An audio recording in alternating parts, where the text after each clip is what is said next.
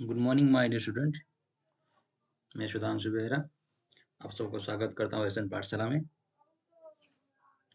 We are back again after 2 to 3 months। आज की जो ये सीरीज आपके लिए बहुत खास स्पेशल तरफ से डिजाइन किया गया है।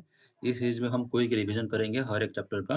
अब आपका एग्जाम को देख के तो आज की जो पहला चैप्टर है वो हम रियल नंबर से शुरू करेंगे। तो इसमें कुछ नहीं, मैं कोशिश करूंगा वीडियो को कम से कम बहुत जल्दी से खत्म करूं और उसी शॉर्ट पीरियड में मैं आपको सारे चीज़ बता पाऊँ। आप जुड़े रहिए और कॉपी पेन लेके बैठ जाइए। मैं अब गारंटी देता हूँ आपको सारा रिवीजन करा दूंगा, आपको कोई टेंशन लेने की ज़रूरत नहीं है। एग्जाम से पहले आपका पूरा मैथ सिलेबस में कवर करा दूंगा और एग्जाम भी आपका अच्छा जाएगा। ठीक है, चलो शुरू करते हैं। आज का जो टॉपिक है वो रियल नंबर है। चलो, रियल नंबर जानने से पहले रियल नंबर आपका कुछ जो नंबर सीरीज है, नंबर सेट है, कौन कौन सा नंबर सीरीज है? नेचुरल नंबर,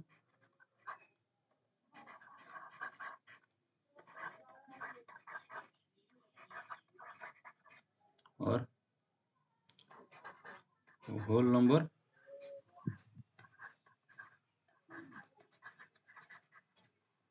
फिर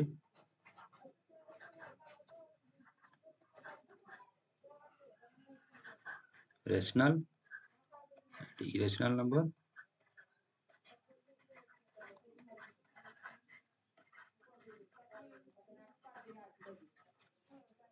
integer,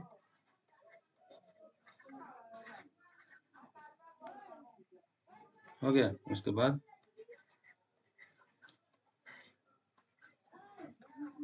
real number. Real number में ये जो रियल नंबर है इसको हम डिनोट करते हैं किस में? आर के जरिए डिनोट करते हैं। इस आर में ये सारे चीज, natural number, whole number, rational, irrational, integer, ये सारे जो रियल नंबर में आता है।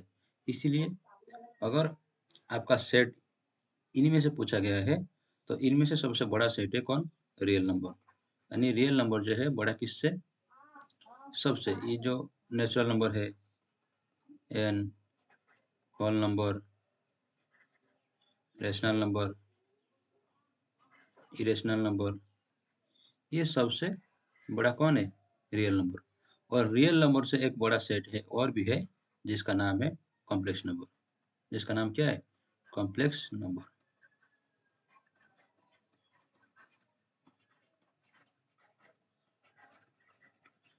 इससे आप जब हायर स्टडी करोगे, यानी +2 के बाद जब जितने +2 में जब एंट्री करोगे वहीं से आपको इसके बारे में पढ़ना शुरू करोगे। आपको हायर स्टडी में जितने जितने ज़्यादा ज़्यादा हायर स्टडी करोगे इसके बारे में उतने ही डिटेल तुम पढ़ते जाओगे।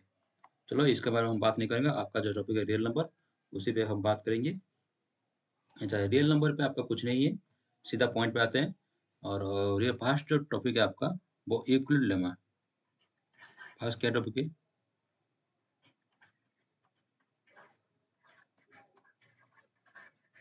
यूक्लिड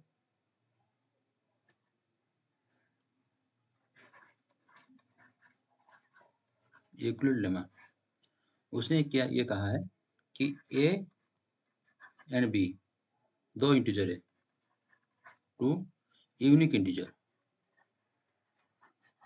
तुम यूनिक कहो या फिर डिस्टिंक्ट कहो, वो एक ही बात है। Unique integer such that a greater than b, such that क्या? such that a greater than b, a greater than और इक्वल टू, यूनिक तो होगा, इक्वल नहीं होगा, a greater than b। ठीक, देन वी गेट,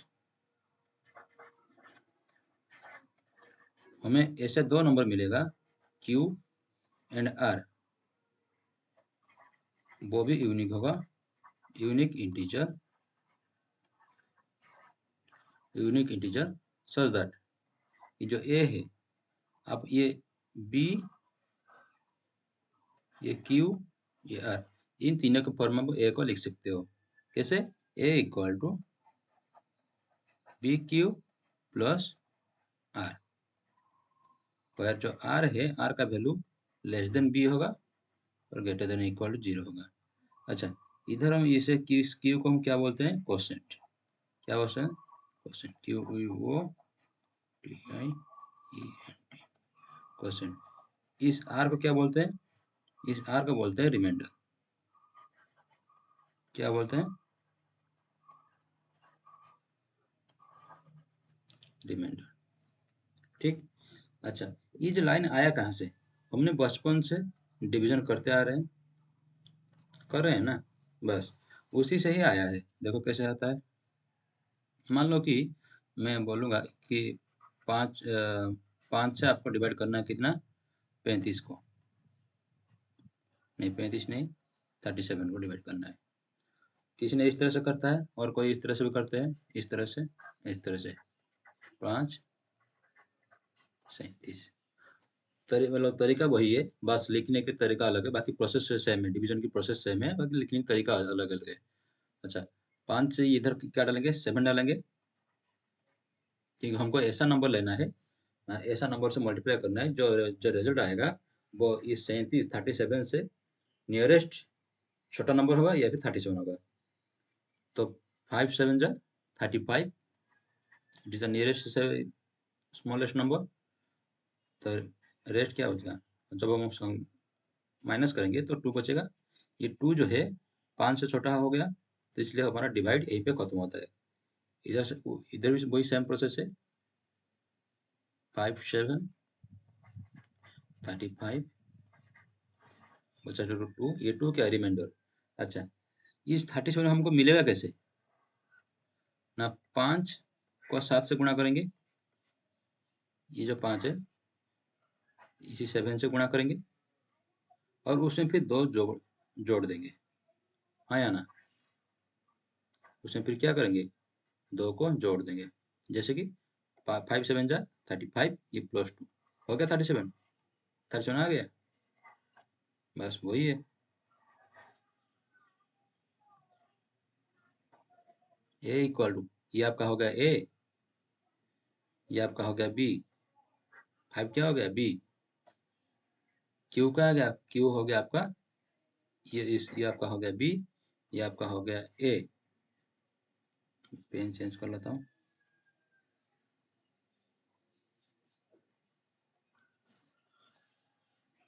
ये आपका क्यू, ये तो आपका बी हो गया, ये आपका हो गया आर। इधर ये आपका ए, सॉरी ये आपका बी, ये ए, ये क्यू, ये हो गया आर। तो ए इक्वल टू, ये जो ए है, ये A equal to B into Q, B Q 5 7 35 plus R, plus R. ठीक।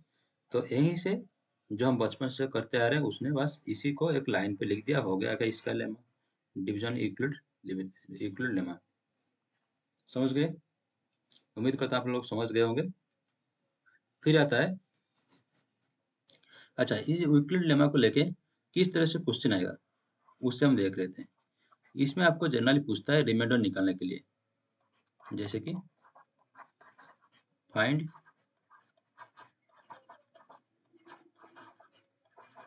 Reminder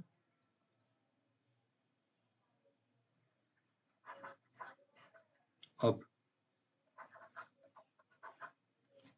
35 and 130। 35 एंड 130 के इन दोनों में जब हम भाग करोगे डिवीजन में, आपको रिमाइंडर निकालना है, इन दोनों का रिमाइंडर। बोलो, इधर लिख दिया when divided by, when divided by 4। जब हम 4 को 35 को 130 में डिवाइड करेंगे तो क्या क्या रिमाइंडर आएगा, उसी को हम निकालेंगे। चलो देखते हैं। पहला केस क्या हो गया? पहला केस हो गया जे 35 डिवाइड 4। इसे हम करेंगे, फिर रिमाइंडर देखेंगे। सबसे बड़ा कौन है? 35, इसको हम ए मान लिए और इसको हम बी मान लिए। तो ए इक्वल टू ए यानी 35 is equal to B Q, 4 into Q. अच्छा, इसे क्या कितना गुणेंगे, 4 में हम कितना मल्टीप्लाई करेंगे ताकि 35 से छोटा नियरेस्ट छोटा नंबर आएगा। 4 4 6 जा 36, नहीं हो रहा, ज़्यादा हो रहा है। 4 5 जा, सॉरी 4 6 जा 24, 4 7 जा 28, 4 8 जा 32, 4 9 जा 36, तो 4 8 जा 8 बकेंगे, 8 डालेंगे इधर, 4 8 जा 32, बचा कितना 3, ठीक। 4 8 जा 32, 32 ये 35 है, बचा कितना 3, तो 3 ऐड कर दिए। ये जो 3 हो गया ये आपका क्या हो गया, रिमाइंडर। ये आपका क्या हो गया, रिमाइंडर, ठीक। फिर आता है 130 को, केस 2 क्या आता है, केस 2 130 डिवाइडेड बाय 4। अच्छा, सबसे बड़ा कौन है, ये वाला है। तो 130 equal to 130 is equal to B Q, B into Q. अच्छा, क्यू कितने डालेंगे, 4 3 12, 4 30 अगर मल्टीप्लाई करते हैं, 30 में 30 अगर मल्टीप्लाई कर 30 मल्टीप्लाई करेंगे तो 120 आ रहा है ना। हाँ 120 आ रहा है। 32 मल्टीप्लाई करेंगे तो 4 दूनी 8, हाँ 32, 4 दूनी 8 है, 4 3 12, ठीक है। 138 आ गया, बचा कितना 2, ये आपका हो गया 2। ये जो 2 आपका जो बचा ये आपका हो गया रिमाइंडर, ये आपका क्या हो गया, रिमाइंडर। क्लियर, चलो आगे बढ़ते हैं। ये आपका डिवीजन लेमा क्लियर हो गया। तो हम क्या क्या एक बार समराइज कर लेते हैं।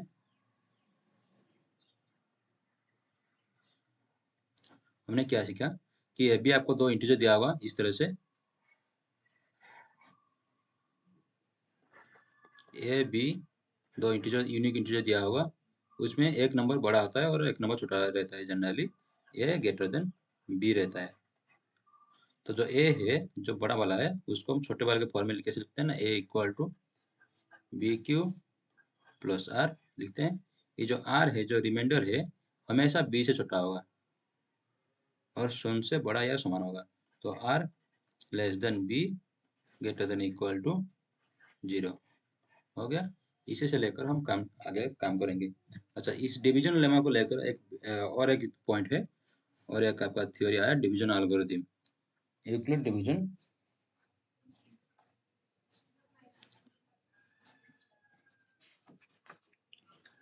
क्या आया था, Euclid division algorithm.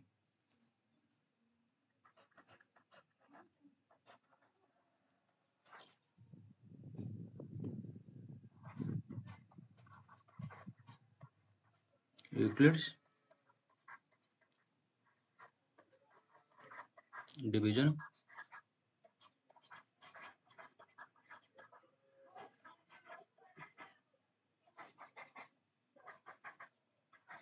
Euclid division algorithm. उसने बस ये कहा है कि इसमें मेन मेन चीज, इसका मेन पॉइंट क्या था, इसका मेन पॉइंट था एचसीएफ कैसे निकालना है यूक्लिड लेमा को लेकर। क्या निकालना है, HCF highest common factor.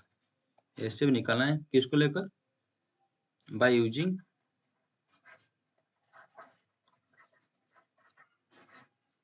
Euclid, sorry गलती हो गया,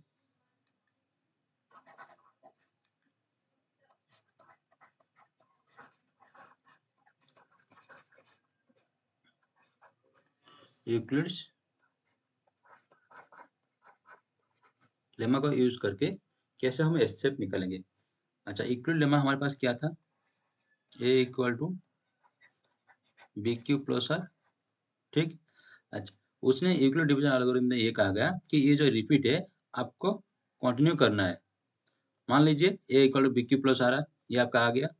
अब देखो, और बी और आर, मान लो कि आर नॉन नेगेटिव है, जब R not equal 0, here R not equal 0, ठीक है। तो आर नॉट इक्वल 0, तो बी और आर अब हमारे पास क्या कौन सा सेट मिल गया ना, बी आर, ये दोनों नंबर मिल गया। इन दोनों को लेके फिर से एक यूक्लिड लेमा अप्लाई करना है। तो बी के मान लो a1, तो ये जो बी होगा, B equal to some number b1, sorry b1 बोल रहा हूँ, ये b1 नहीं होगा, ये r होगा। b equal to R Q plus r1, और कुछ भी तो इंटीजर मिलेगा ना, कुछ भी तो रिमाइंडर मिलेगा। अच्छा, हमारे पास फिर से एक नंबर मिल गया, मान लो कि ये r1, if r1 not equal to 0, तो r1 नॉट इक्वल 0 हो गया। फिर हम ये हमारे पास दो नंबर मिल गया, r1, फिर हम ये जो r है, r1 के फॉर्म में लिखेंगे, r equal to r1 Q plus r2, if ये जो r2 है नॉट इक्वल 0, अगर नॉट इक्वल 0 हुआ, फिर ये कंटिन्यू, ये r1 और r2 को लेकर ये प्रोसेस कंटिन्यू चलेगा। कब तक चलेगा? जब तक जो Rn is equal to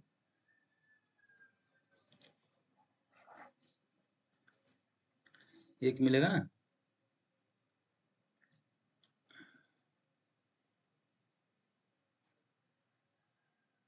Rn plus 1 Q plus Rn plus 2, और ये जो Rn प्लस 2 है इज इक्वल टू 0। कब तक चलेगा? जब तक ये जो रिमाइंडर है, ये जो रिमाइंडर है, जब तक 0 नहीं हो जाता। जब ये रिमाइंडर 0 हो जाएगा तब तो अपना जो प्रोसेस है वो वहीं पे खत्म, प्रोसेस को वहीं पे स्टॉप कर देना है और आगे नहीं बढ़ना है। यानी कि जब तक हम 0 नहीं मिल रहा था, आर ये जो रिमाइंडर है हमको 0 नहीं मिल रहा, तब तक ये प्रोसेस हम करते रहेंगे। जैसे ही रिमाइंडर 0 मिल गया, बस अपना हमको हमको अपना आंसर मिल गया।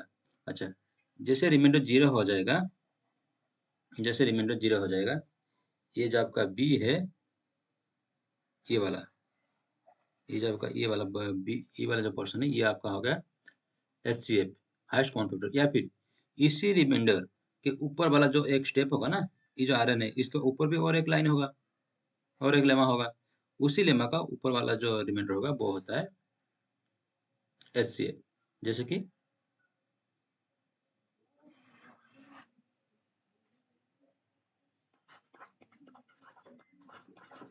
फाइंड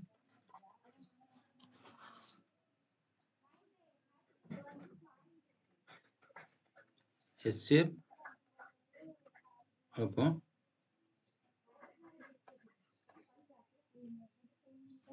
37,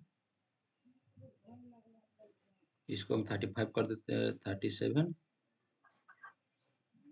130, ठीक। 37 130 इसको रिमूव कर लिए। इन दोनों का हम HCF निकालेंगे। सबसे बड़ा कौन है? 130, 130 को लिखेंगे, 130 is equal to A equal to B Q, 37 into Q, 37 से कौन कितने मल्टीप्लाई करेंगे तो आ जाएगा, ये आपका अगर 3 मल्टीप्लाई करते हैं तो, अगर 3 मल्टीप्लाई 3 3 30 3 7 21 असल टू 3 3 9 9 2 11, नहीं ये नहीं हो रहा है, 3 4 हो जाएगा,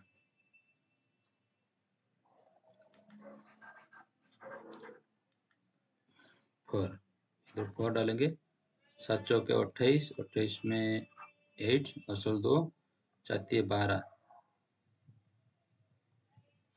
12 2 12 13, 7 चौके 28 में 8 8 असल 2, 4 12, 12 2 14, ये नहीं हो रहा है, 4 नहीं हो रहा है, तो 3 ही होगा, 3 21, हाँ 3 होगा, क्योंकि 3 7 21, 21 असल 2 कैरी 2, 3 3 9, 3 3 9 9, ये 2 11। अब देखो बचा कितना, ये 10 में से 1 जाएगा, बचा 9, ये 12 है, 12 से 11 जाएगा, बचा हुआ 19 बचा। तो रिमाइंडर अपने पास क्या आ गया, अपने पास रिमाइंडर आ गया 19। अब देखो ये 37 और 19, ये 19 नॉट इक्वल 0 है, तो इन दोनों को लेकर फिर से हम इसी लेमा को अप्लाई करेंगे। तो 37 is equal to 19 into 1 plus 19 into 1, तो ये 8 17 8, तो 8, तो बचा कितना 18, ठीक, बचा 18। अब देखिए ये जो 18 है ये नॉट इक्वल 0, ये नॉट इक्वल 0 है, 19 भी नॉट इक्वल 0, ये 19 है, फिर से इसको मिले ये 19 और 18 इन दोनों को लेकर फिर से लेमा अप्लाई करेंगे। तो ये 19 is equal to 18 into 1 plus 1, ठीक, फिर से 18 और 1 को लेके ये 1 जो है क्या नॉट इक्वल 0, ये 1 जो है नॉट इक्वल 0 है, फिर 18 और 1 को लेके फिर से अप्लाई करेंगे। 18 is equal to 1 into 18 plus 1 into 18 plus 0। अब 0 आ गया, जब ये r 0 हो जाता है, उसका जो b होता है उसी लेमे में जो b होता है यानी ये वाला, ये आपका होता है HCF। अगर आपको ये कंफ्यूज लग रहा है तो ठीक है, इसे भूल जाओ। ये जीरो आपको मिल गया, ये जीरो मिल गया, इसका ऊपर ठीक ऊपर वाला स्टेप यानी ये स्टेप, इस स्टेप में जो रिमाइंडर है, रिमाइंडर क्या है, एक है, यही रिमाइंडर आपका हो जाएगा क्या HCF, क्योंकि यही जो रिमाइंडर यही तो ये है, ये दोनों बराबर है ना, इसी को हम लेके इस पे मल्टीप्लाई कर रहे हैं। तो इसलिए आपको इसको भी याद रखने की जरूरत नहीं, बस जिस स्टेप पे हमको जीरो आ जाएगा उसी स्टेप का ठीक ऊपर वाला स्टेप में जो रिमाइंडर होगा वो आपका हो जाएगा HCF। क्लियर? चलो एक एग्जाम्पल कर लेते हैं।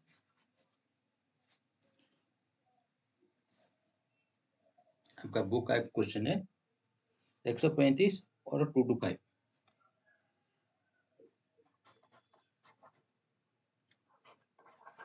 135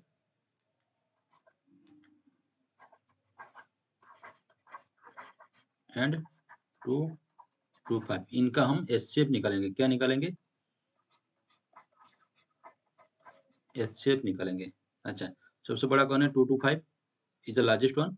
तो 225 is equal to 135 into, we have to multiply some integer, we have to multiply some number such that the value should be nearest to 225 or is equal to 225, but not greater than 225.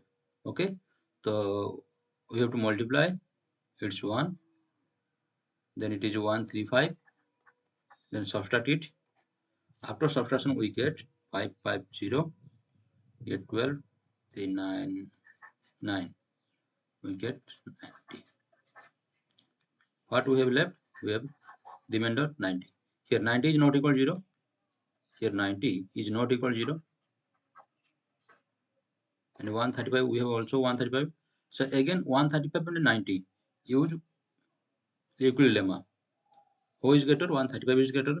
So now 135 is equal to 90 is, now take is its A, it B. So A equal to BQ, 90 into 1 plus, I think is 45. It's 45. Okay, what we have remainder? It's our remainder is 45. Here 45 also is equal not equal 0. Here 45 not equal 0. Again 90 or 45. We have what to get two number 90 and 45. Again use division lemma, Euclid lemma. So 90 is equal to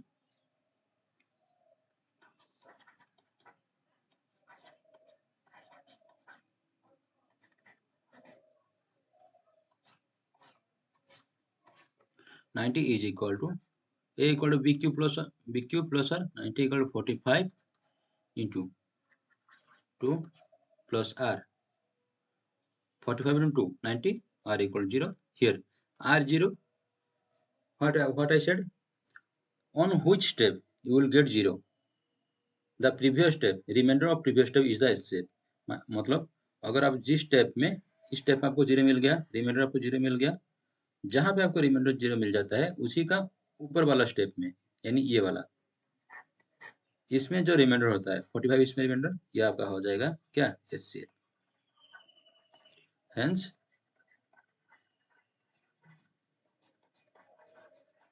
HCF is equal to 45। काम खत्म।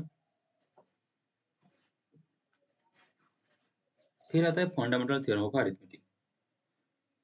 हो गया, चलिए आगे बढ़ते हैं।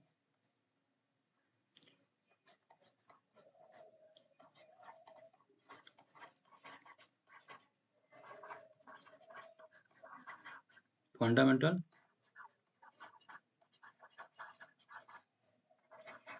Theorem of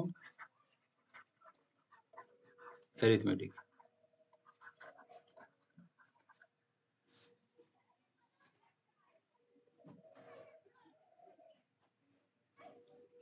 उसने ये कहा कि every composite number, every composite number, कौन सा नंबर है, composite number,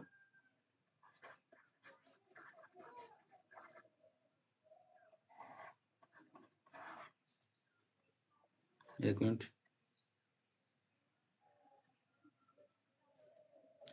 every composite number can be expressed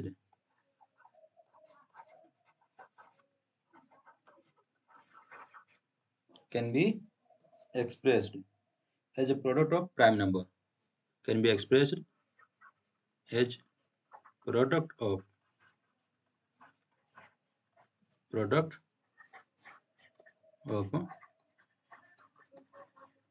prime number।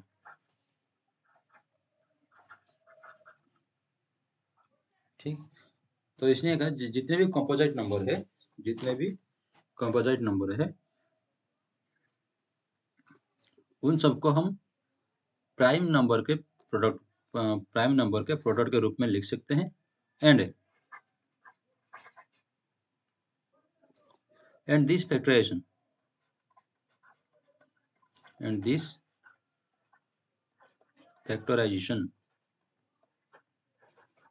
is unique,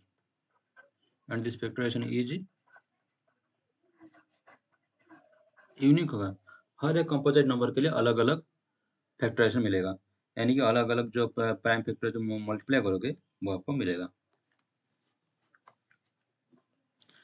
अच्छा, आपको कैसे पता करना है कौन सा नंबर कंपोजिट है? कंपोजिट नंबर वो है जो प्राइम नहीं है, बस काम खत्म। सिंपल तरीका। और दूसरे तरीके जाने की जरूरत नहीं, आपको प्राइम नंबर पता है, प्राइम नंबर आपको पता है कौन सा प्राइम नंबर है, और जिसका भाई एक ही 2 फैक्टर होगा ओनली, वो एक से डिवाइड होता है और वो खुद से डिवाइड होता है बस, और किसी से नहीं डिवाइड होता है। प्राइम फैक्टर को छोड़ दो, बाकी सारे कंपोजिट नंबर हो जाएगा।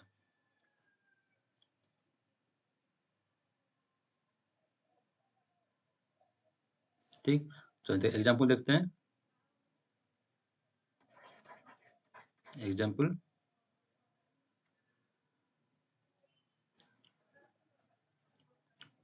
जैसे कि 45 प्राइम फैक्टर, प्राइम नंबर नहीं है, तो 45 को हम कैसे लिखेंगे, 5 इंटू 9, फिर से 5 तो एक प्राइम नंबर हो गया, लेकिन 9 प्राइम नंबर नहीं है, तो 9 क्या हो जाएगा, 9 3 इंटू 3, तो ये आपका हो जाएगा 5 इंटू 3 स्क्वायर। तो ये जो है प्रोडक्ट ऑफ प्राइम नंबर, ये जो कंपोजिट नंबर है, ये था क्या, composite number,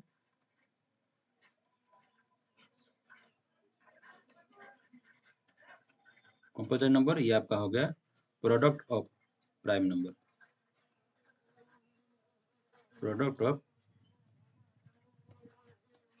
prime prime number. अच्छा, अगर हम लेंगे 46,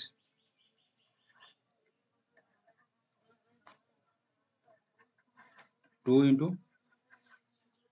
23, 2 into 23, okay? Can you further divide 23? 2 नहीं, 3 नहीं, बस इतना ही, 2 into 23. 23 is a prime number, isn't it? 23 is a prime number. Hence 46, the prime factorization of 46 is 2 into 23. ये जो नंबर, अच्छा, ये जो दो नंबर, अगर दो नंबर का जो प्राइम फैक्टराइजेशन वो हमेशा यूनिक होता है। ये इसका ये यूनिक है, इसका ये यूनिक है, और ऐसा कोई नंबर नहीं मिलेगा जिसके साथ जिसका ये 5 into 3 स्क्वायर फैक्टराइजेशन होगा। अगर कोई मिल जाता है वो है खुद 45। यानी कि जब दो नंबर का, अगर मान लो कि दो नंबर का प्राइम फैक्टराइजेशन मिल रहा है आपस में, if prime factorization prime factorization of two number of two number is same, then that two number are also same, are equal. The two number are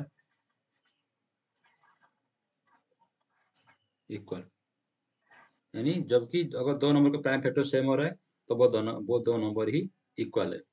सवाल ही नहीं उठता, क्योंकि फंडामेंटल थ्योरम क्या कहता है कि जो प्राइम फैक्टराइजेशन होगा, यानी कि तो तुम एक कंपोजिट नंबर का प्रोडक्ट ऑफ प्राइम नंबर लिखोगे, वो हमेशा यूनिक होगा। यानी किसी से किसी ना किसी के साथ किसके साथ मतलब किसी का किसके साथ नहीं मिलेगा। आप जितने भी नंबर ले लो, किसी नंबर के साथ दूसरे नंबर का प्राइम फैक्टराइजेशन नहीं मिलेगा। अगर मिल गया मतलब वो दोनों नंबर सेम है, बस काम खत्म। अच्छा, ये जो प्राइम फैक्टराइजेशन है, इसमें हम एचसीएफ और एलसीएम कैसे निकालेंगे?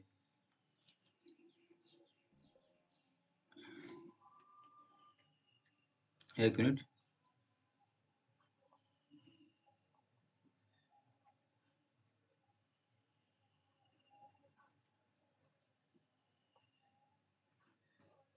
एक मिनट, एक मिनट।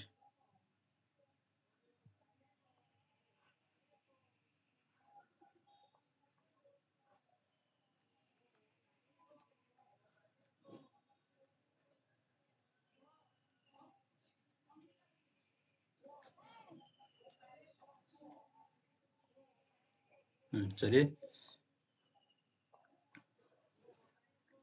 हम कहाँ थे? हाँ, जब प्राइम हमको तो पहले एक कंपोजिट नंबर मिल गया, ये मान लीजिए कि कंपोजिट नंबर x है, उसको हम p1 into p2 into p3 into alpha हमने प्राइम फैक्टराइजेशन में लिख दिए। अच्छा, इसमें हम एचसीएफ और एलसीएम कैसे निकालेंगे? मान लो कि इस तरह से दो तीन नंबर दिया गया है, उसमें आपको एचसीएफ कैसे निकालोगे? जो एचसीएफ आपका हो जाएगा product of smallest power of each common prime. क्या हो जाएगा? Product of smallest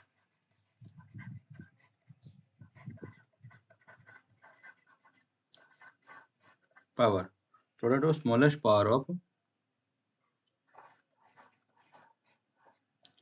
each common prime factor,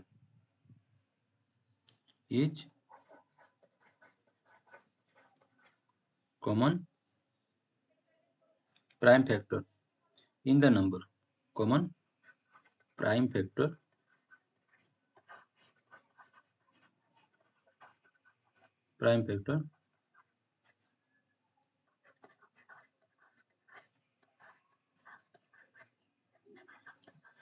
in the number. यानी कि आपको अगर ये x1 भी दिया होगा, इस तरह से दो तीन नंबर है, x1 x2 x3 दो तीन नंबर है, इन सब में जो स्मॉलेस्ट कॉमन वाला स्मॉलेस्ट जो प्राइम नंबर, कुछ तो प्राइम नंबर कॉमन होगा ना, और जितने भी प्राइम नंबर कॉमन हो रहा है उन सबका जो जिसका स्मॉलेस्ट पावर है, जिन जिन प्राइम नंबर का स्मॉलेस्ट पावर है उन सबको लेकर मल्टीप्लाई कर दो। ठीक, एलसीएम क्या हो जाएगा इसका? ठीक है, उल्टा product of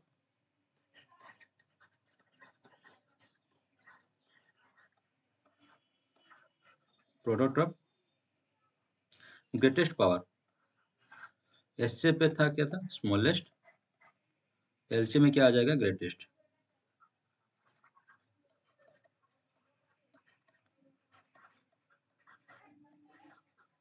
greatest power, product of greatest power of each prime factor, of each prime factor, product of greatest power of each prime factor involved in that number, in that number।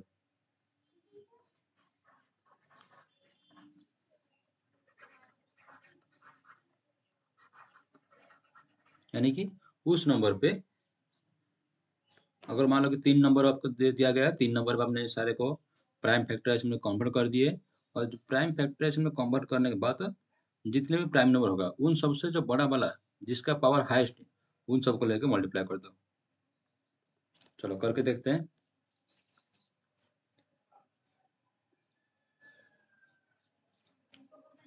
जैसे कि number दिया गया 62, 72 and 120। हमारे पास तीनों number दिया गया है। इन 3 number का हम एचसीएफ और एलसीएम निकालना है। पहले तो इन सबको प्राइम फैक्टराइजेशन में कन्वर्ट कर दो। 62 is equal to 2 into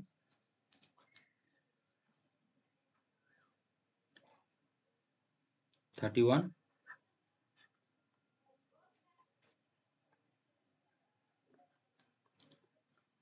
2 into 31 31 can not be further divided, isn't it? Hence 30, but why? क्योंकि 31 है, ये जो है प्राइम नंबर है, तो ये भी प्राइम नंबर है, हमको प्राइम फैक्टर मिल गया। ये 31 को फर्दर डिवाइड नहीं हो सकता, बस इसको इतना ही छोड़ दो। फिर आता है 72, 2 इंटू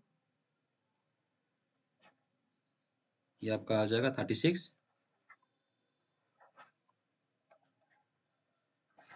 2 इंटू 36 आ जाए डिवाइड हो जाएगा 2 इंटू 18, फिर से तो 2 इंटू 2 इंटू 9, 2 इंटू 9 जो है वो 3 स्क्वायर है, तो आपका क्या मिल गया? 2 का क्यूब पावर इंटू 3 का स्क्वायर पावर, लाइक दैट 120। 120 में आपको उस तरह से करना है। 4 इंटू 30, तो 4 क्या? 2 स्क्वायर इंटू 30, 3 इंटू 10, 10 आपका क्या हो जाएगा? 2 इंटू 5, इजंट इट? तो ये आपका हो जाएगा 2 क्यू इंटू 3 इंटू 5। अच्छा, एचसेप क्या कहता है? एचसेप कहता है product of smallest power of each common prime factor. इनमें से कॉमन कौन कौन है? पहले राउंड कर लो। 2 कॉमन इधर, इधर भी, ये भी 2, ये वाला कॉमन है, इधर ये वाला कॉमन है। जो जो प्राइम नंबर कॉमन है उन सब का स्मॉलेस्ट पावर वाला पावर को प्रोडक्ट करो। स्मॉलेस्ट पावर कौन है? 2। कौन है? 2। इधर 2 टू द 3 है, ये 2 टू द 3 है, तो ये 31 है। इधर कोई कॉमन है क्या? कुछ कॉमन है क्या? कॉमन नहीं है। 3 कॉमन नहीं है, 3 2 में है, लेकिन इसमें नहीं है। तो इसका जो एचसेप हो जाएगा, तो तीनों में जो कॉमन नंबर क्या है? 2 है, और 2 को सबसे छोटा वाला पावर इधर है, 2 टू द 1, तो आपका एचसेप हो जाएगा 2। लेकिन जब एलसीएम की बात आएगी, आपका एलसीएम मैं इधर लिख देता हूँ। LCM is equal to product of greatest power, product of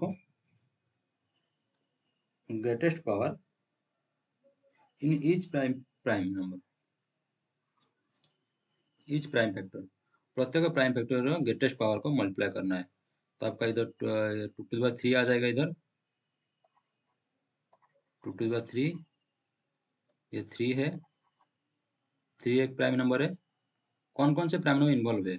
2 involve है, 31 इन्वॉल्व है, 3 और 5, मतलब इतने प्राइम नंबर है। तो 2 का तो ग्रेटेस्ट पावर 2 to the 3 ले लिए, 3 का ग्रेटेस्ट पावर 1 है, 3 ले लिए, 5 का ग्रेटेस्ट पावर 5 है, उसको भी ले लिए, और इधर बचा हमारे पास 31, तो इसको 31 भी ले लिए, और इसको मल्टीप्लाई करो, आपका आंसर आ जाएगा। हो गया, एच से एलसीएम हो गया। बस इसको आप रिवाइज करो, आपको मैक्सिमम क्वेश्चन यहीं से आता है।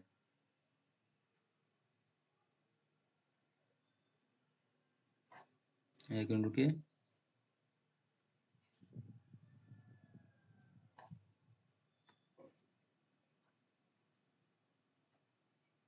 चलिए आगे बढ़ते हैं। फिर आता है इरेशनल नंबर। अच्छा, एक थ्योरम है जो आपको याद रखनी है। वो थ्योरम क्या कहता है? अगर कोई नंबर, कोई एक प्राइम नंबर p है, डिवाइड करता है किसको? डिवाइड करता है किसको? ए स्क्वायर को डिवाइड करता है, then p is also divide a। ठीक है, मान लो कि अगर एक प्राइम नंबर है, वो ए स्क्वायर को डिवाइड कर रहा है, यानी कि मैं बोलूंगा अगर प्राइम नंबर 3 है, ये डिवाइड कर रहा है किसको? 3 स्क्वायर को डिवाइड कर रहा है, ऐसा, या फिर 6 स्क्वायर को, 6 स्क्वायर को डिवाइड कर रहा है। किसको डिवाइड कर रहा है? 6 स्क्वायर को। एक नंबर है 6 स्क्वायर, इसको डिवाइड कर रहा है। अगर ये 3 6 स्क्वायर को डिवाइड कर रहा है, 6 स्क्वायर यानी 36, अगर ये प्राइम नंबर p ये 36 को डिवाइड कर रहा है, 6 स्क्वायर को डिवाइड कर रहा है, तो ये जो p है प्राइम नंबर 3, ये डिवाइड कर रहा है किसको? 6 को भी डिवाइड करेगा। डिवाइड करेगा किसको? 6 को डिवाइड करेगा। बस इसी को इस फॉर्म में लिखा गया। अगर एक प्राइम नंबर p है, वो ए स्क्वायर को डिवाइड कर रहा है, वो p a को भी डिवाइड करेगा। ठीक, हो गया क्लियर? बस इसमें और कुछ नहीं। चलो आगे बढ़ते हैं। अब हम देखेंगे रूट टू इज ए, आपका जो सबसे इम्पोर्टेंट टर्म है, एग्जाम में बार बार आता है। Prove that root two is irrational number, root 3 ये सब दे देता है, इसको इरेशनल नंबर प्रूव करना है। कैसे करना है आपको ये पहले से पता है, फिर भी मैं आपको हिंट दे देता हूँ। मान लीजिए रूट टू, अगर आपको दिया गया है कि रूट टू एक इरेशनल नंबर है, अब ले लेना है लेट, उसका विपरीत लेना है।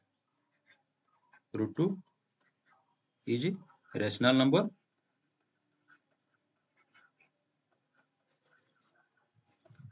Root two is rational number. जो रूट टू जब रेशनल नंबर होता है, रेशनल नंबर क्या कहता है? या किसी नंबर को हम पी बाई क्यू फॉर्म में एक्सप्रेस कर सकते हैं, और Q not equal 0, then root two को हम पी बाई क्यू फॉर्म में लिख सकते हैं, root two equal P by Q form, Q not equal 0, that implies p equal to root two Q. ठीक, अब दोनों साइड में स्क्वायर ले लो, दोनों साइड में क्या करोगे? स्क्वायर ले लो, तो P square is equal to 2 Q square, equation 1 दे दो। अब देखो, P square equal 2 Q square, यानी कि जो 2 है पी को डिवाइड करेगा, दैट मीन्स ये 2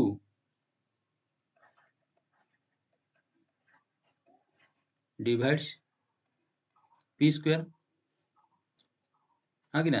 2 को इधर ले आओगे, पी स्क्वायर इक्वल 2 क्यू मतलब 2 क्यू स्क्वायर, तो 2 ऑब्वियसली इसको इसे डिवाइड करेगा।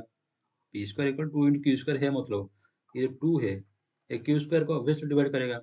तो 2 अगर पी स्क्वायर को डिवाइड करता है, तो जो 2 है ये डिवाइड करेगा किससे? पी को भी डिवाइड करेगा। इस थ्योरम को, according to this theorem, p divide r square then p divides a, तो 2 divides p square then 2 divides p, right? जो 2 p को डिवाइड करता है, तो P इक्वल टू क्या हो जाएगा, लेट्स से 2C, हाँ या ना। P 2P को डिवाइड कर रहा है, यानी 2 के साथ कुछ तो मल्टीप्लाई होगा ना, ये कुछ इंटीजर मल्टीप्लाई होगा तब जाके वो P से बराबर होगा, राइट। वो 1 भी हो सकता है, वो कुछ भी हो सकता है, यानी P इक्वल टू हम 2C लिख दिए। अब हमारे पास क्या मिल गया, P इक्वल 2C मिल गया। देखो, जब P इक्वल 2C मिल गया, इस P को लेकर इधर पुट करो, putting P equal 2C in equation 1, तो हम क्या मिल जाएगा, 2 square C square is equal to 2Q square, that implies 4C square is equal to 2Q square, ठीक। That implies Q square is equal to 2C square, isn't it? Q square equal to C square। फिर वही process, 2 divide Q square, इसे आप mark कर लो, ये question हो गया, 2 divide Q, 2 divide Q। अब देखो,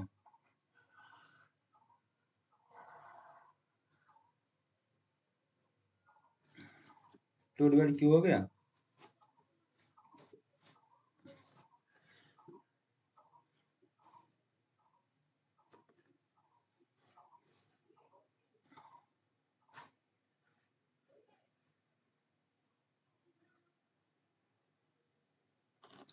अच्छा, हमने ये गलत कर दिए, हमने एक पॉइंट मिस कर दिए हैं।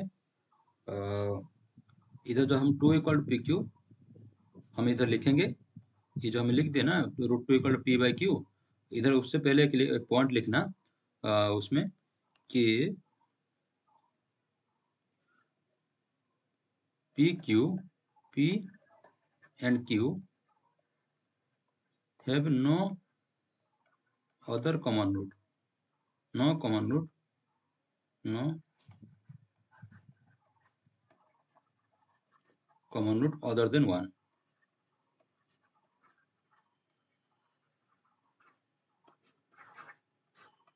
ठीक।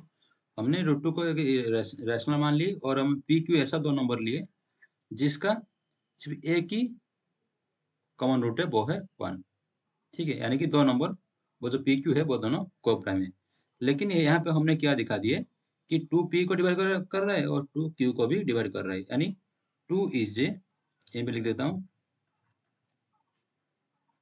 2 is a common factor of PQ, जो कि हमारा जो हमने जो एज्यूमशन लिए थे, हमने एज्यूमशन लिए थे जो PQ का कोई कॉमन रूट नहीं होगा 1 के अलावा, तो ये गलत हो गया, hence our assumption is wrong, hence our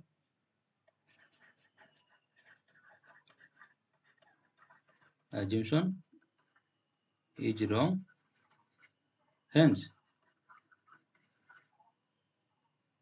चलो कुछ मिटा देता हूँ लाइन,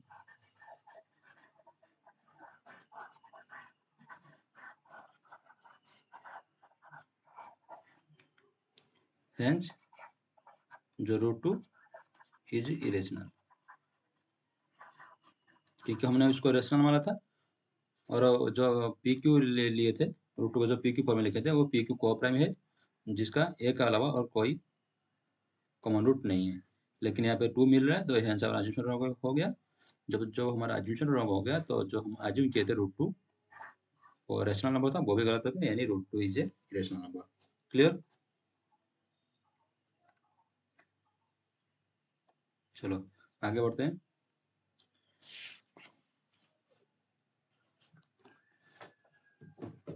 और इसमें और कुछ खास नहीं, बस और एक छोटा सा पॉइंट है, उसको हम क्लियर कर देते हैं। देखो, रेशनल एंड इरेशनल।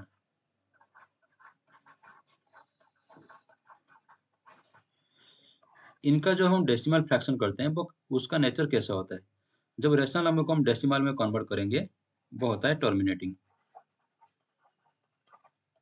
वो क्या होता है? टर्मिनेटिंग यानी समाप्त हो जाता है कुछ कुछ स्टेप के बाद, कुछ डिजिट के बाद वो समाप्त हो जाता है। Terminating, non repeating. ठीक, ये आपका हो जाएगा। नॉन टर्मिनेटिंग और क्या होता है रेशनल नंबर का? Non terminating and recurring.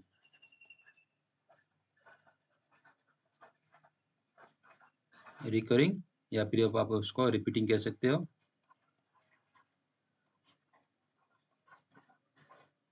ठीक, लेकिन इरेशनल नंबर को जब हम डेसिमल कन्वर्ट करते हैं वो होता है नॉन टर्मिनेटिंग, वो कभी खत्म नहीं होता।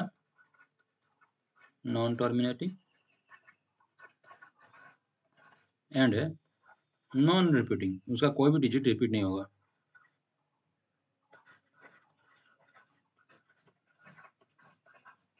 नॉन रिपीटिंग या फिर नॉन रिकरिंग। अच्छा, इसका एग्जांपल ले लेते हैं। जैसे 2/5, जब इसको डिवाइड करोगे 0 0 2 पॉइंट डालोगे आ गया 20 5 4 हो गया। यानी कुछ डिजिट के बाद एक डिजिट के बाद ये खत्म हो गया। ठीक, तो ये होता है टर्मिनेटिंग। ये भी एक रेशनल नंबर है और एक रेशनल नंबर 1/3 है, ये भी रेशनल है।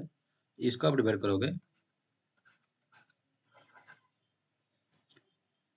0 0 0 1 पॉइंट आ गया 10, 3 3 जा 9, फिर से 1 पॉइंट है ऑलरेडी 10, 3 3 जा 9, फिर से 1 पॉइंट है ऑलरेडी तो 10, 3 3 जा 9। ये देखो, ये प्रोसेस कभी खत्म नहीं होगा। ये जो प्रोसेस है वो कभी खत्म नहीं होगा, वो चलता रहेगा। यानी नॉन टर्मिनेटिंग, खत्म नहीं हो रहा है लेकिन रिपीट हो रहा है। लेकिन क्या है? रिपीट हो रहा है। यानी कि जो रेशनल नंबर है जब उसको हम कन्वर्ट करते हैं डेसिमल फ्रैक्शन में, तो वो एक तो होता है टर्मिनेटिंग। कुछ रेशनल नंबर है टर्मिनेटिंग होते हैं जो कुछ डिजिट के बाद खत्म हो, मतलब ये हो जाते हैं, खत्म हो जाते हैं। यानी कि अपना रिमाइंडर कुछ डिजिट के बाद 0 आ जाता है। और ऐसा और कुछ रेशनल नंबर है जिसका वो कभी खत्म नहीं होते, वो रिपीट होते रहते हैं। यानी कि उनका रिमाइंडर कभी 0 नहीं होता। इसका इधर रिमाइंडर क्या हो गया? 0 आ गया।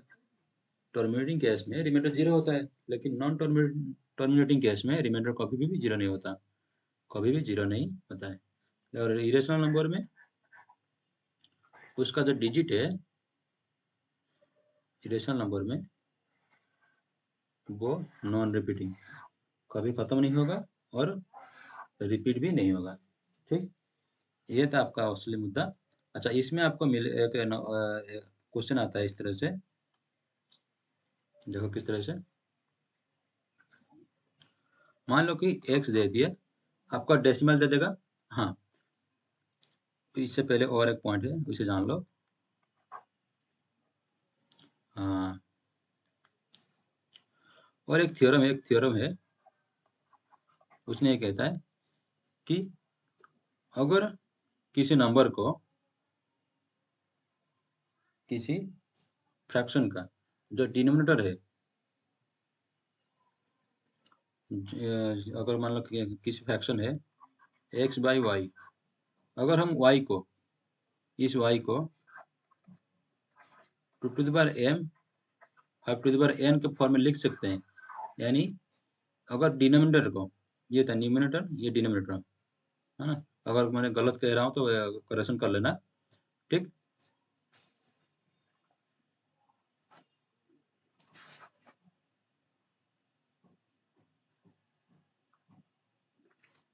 अगर ये y जो है, अगर ये एक रेशनल नंबर है, हमको पता नहीं कि रेशनल है कि रेशनल है, हमको ये पता नहीं है।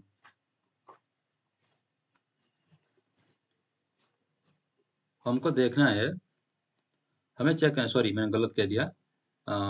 हमको एक रैशनल नंबर दिया होता है, मैंने गलत कह दिया, सॉरी सॉरी माफी चाहूंगा। Let x by y be a rational number,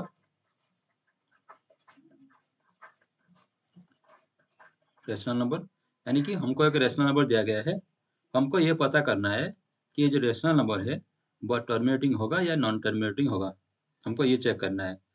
अब कैसे चेक करोगे? पूरा डिवाइड आपको करना नहीं पड़ेगा, अगर पूरा डिवाइड करने के लिए बैठ जाएगा तो फिर बहुत लेंदी हो जाएगा। आप बस ये जो डिनोमिनेटर y है, इस y को 2 टू द पावर m और 5 टू द पावर n इसी फॉर्म में लिखने की कोशिश करोगे। अगर आप ये डिनोमिनेटर को इसी फॉर्म में लिख पा रहे हो तो वो उसका जो डेसिमल एक्सपेंशन होगा वो टर्मिनेटिंग होगा। ठीक, ये एम एन कुछ भी हो सकता है, कोई टेंशन नहीं, उसका कोई टेंशन नहीं। अगर अब तुम y को टू टू ये 2 और 5 को लेकर प्राइम फैक्टराइजेशन कर सकते हो, 2 और 5 को लेकर प्राइम फैक्टराइजेशन कर सकते हो कंप्लीटली, तो फिर ये टर्मिनेटिंग होगा। अगर नहीं हो पाता है तो टर्मिनेटिंग नहीं होगा। जैसे कि 3/10, हमको ये अब ये तो छोटा है इसलिए हमको पता चल रहा है कि हाँ ये टर्मिनेटिंग होगा। ये जो 10 है इसको हम लिख सकते हैं कितना कितना 2 इंटू 5, 5 के फॉर्म में लिख सकते हैं, तो इसलिए ये क्या हो गया, टर्मिनेटिंग हो गया। मान लो कि 5396 बाई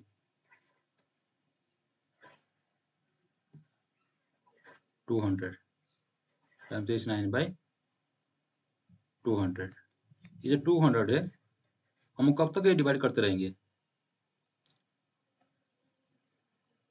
बाय 2000, इस तरह से इतना है। अगर हम डिवाइड करने के लिए बैठे तो पूरा टाइम लग जाएगा, तो इसीलिए जो 2 लाख जो है, 3 2 5, ये 2 लाख को हम क्या करेंगे, प्राइम फैक्टराइजेशन कन्वर्ट करेंगे। किस किस को लेकर ना, 2 और 5 को लेके, 2 टू द पावर m और 5 टू द पावर n को लेके हम कन्वर्ट करेंगे। अगर ये हो जाता है, ऑब्वियसली होगा, अगर ये हो जाता है तो फिर ये जो फ्रैक्शन, ये जो रेशनल नंबर है ये अपना क्या हो जाएगा, टर्मिनेटिंग। क्या हो जाएगा, टर्मिनेटिंग। अच्छा ये कैसा होगा, ये 2 इंटू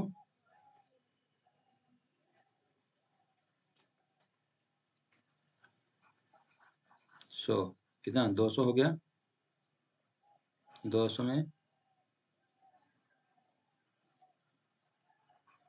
1000 गुणा किया गया ना, 200 गुणा 1000, 3 2 5, हाँ ठीक है।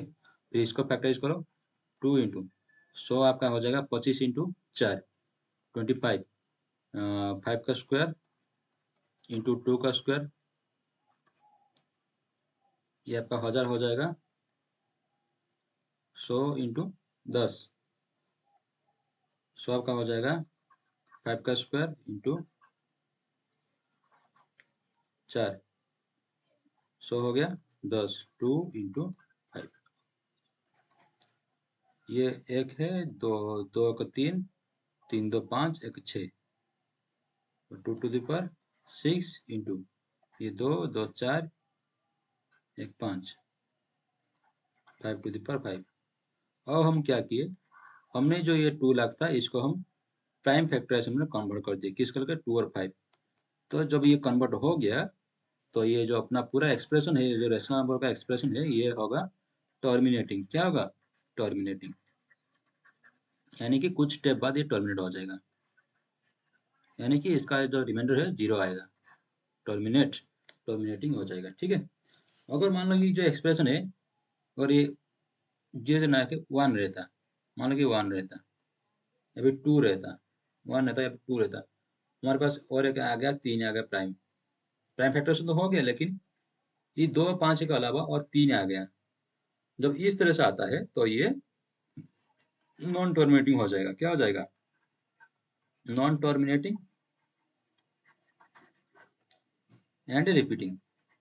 एंड क्या, क्योंकि रेशनल नंबर तो दो ही केस होता है, तो आइदर टर्मिनेट होगा या फिर नॉन टर्मिनेट एंड रिपीटिंग होगा।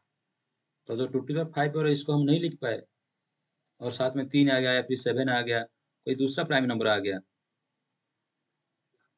11 आ गया, इस तरह से कोई दूसरा प्राइम नंबर आ गया, तो फिर वो जो एक्सपेंशन है, डेसिमल एक्सपेंशन जो होगा उस रेशनल नंबर का, वो क्या होगा, वो नॉन टर्मिनेटिंग रिपीटिंग होगा। ठीक।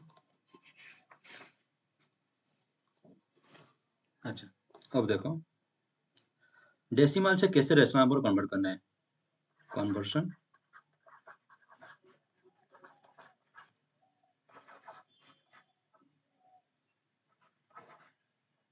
फ्रैक्शन,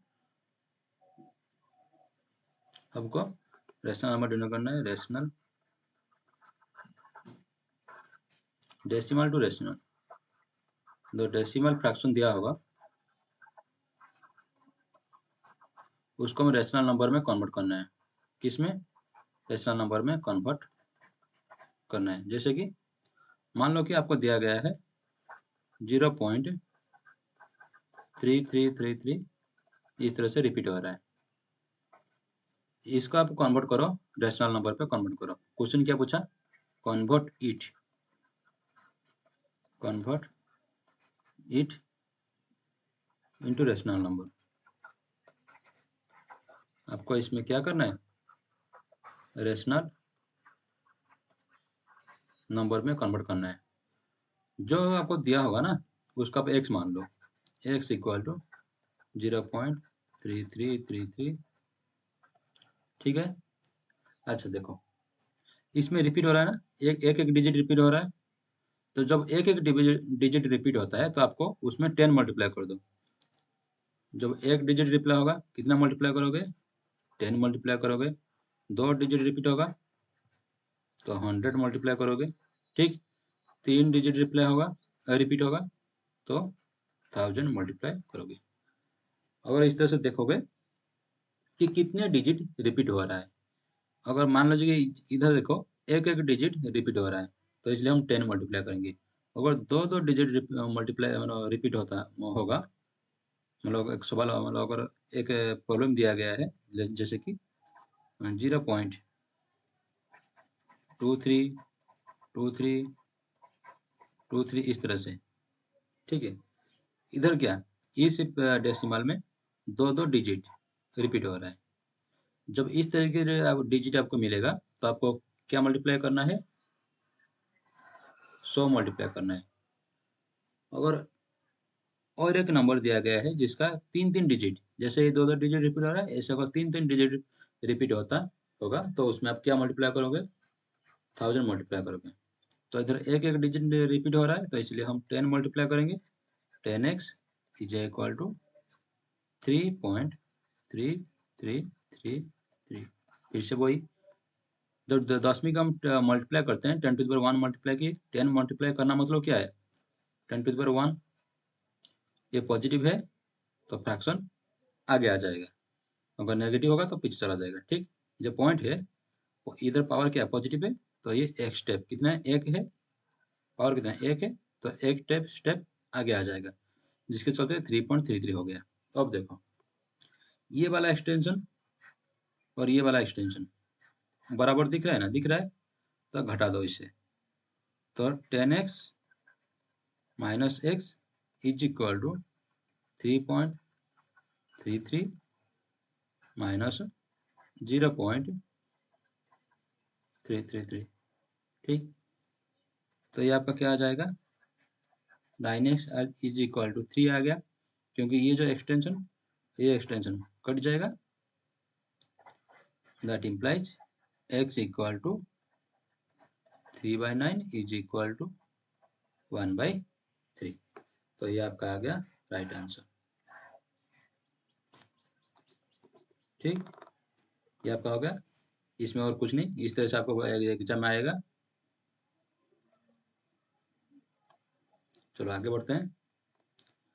और हाँ, आप और किस तरह से क्वेश्चन बन सकता है, और इस तरह से क्वेश्चन आ भी सकता है कि आपके पास आपको 2 नंबर दे देगा, जैसे कि 25 एंड 35 दिया है, नंबर दिया, एंड एचसीएफ दे दिया, एचसीएफ ऑफ 25 35 5 दे दिया, 5 दे दिया। तो इसने क्या पूछेगा ना, फाइंड एलसीएम, फाइंड एलसीएम पूछेगा। इस केस में हम क्या करोगे, एक फॉर्मूला है, बहुत आसान है, जैसे कि product of two number, let A and B be two number,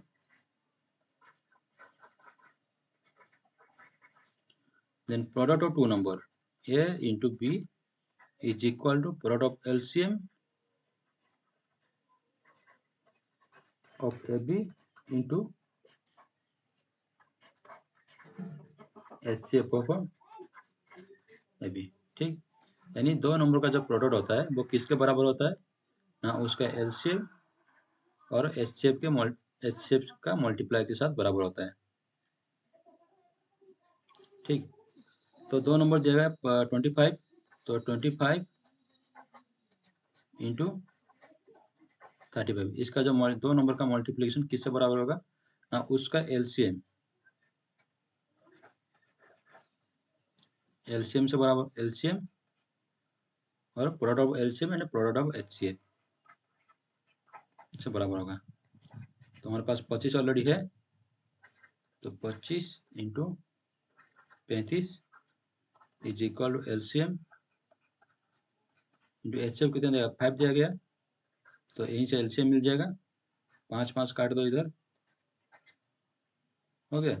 तो एलसीएम इज इक्वल टू 5 5 25 में 5 असल 2, 5 दिए 15, 15 2 17, 175। आपका जो एलसीएम आ गया क्या, 175, और एचसीएफ क्या था, 2। इसी फॉर्मूला को बेस करके आपका मैक्सिमम क्वेश्चन एग्जाम में आता है। तो आपका याद रखना है कि product of two number is equal to product of their LCM into HCF. आपका बस मैंने आपका सारे पॉइंट रिवाइज करा दिया, और आपको दोबारा इसे एक बार और एक बार वीडियो देखने के बाद फिर दोबारा एक बार देख लीजिए शाम को, आपका पूरा डाउट, पूरा टॉपिक मैंने कवर करा दिया। अगर फिर भी कुछ डाउट होता है आप मुझे बोल सकते हो। चलिए, till then take care, thank you.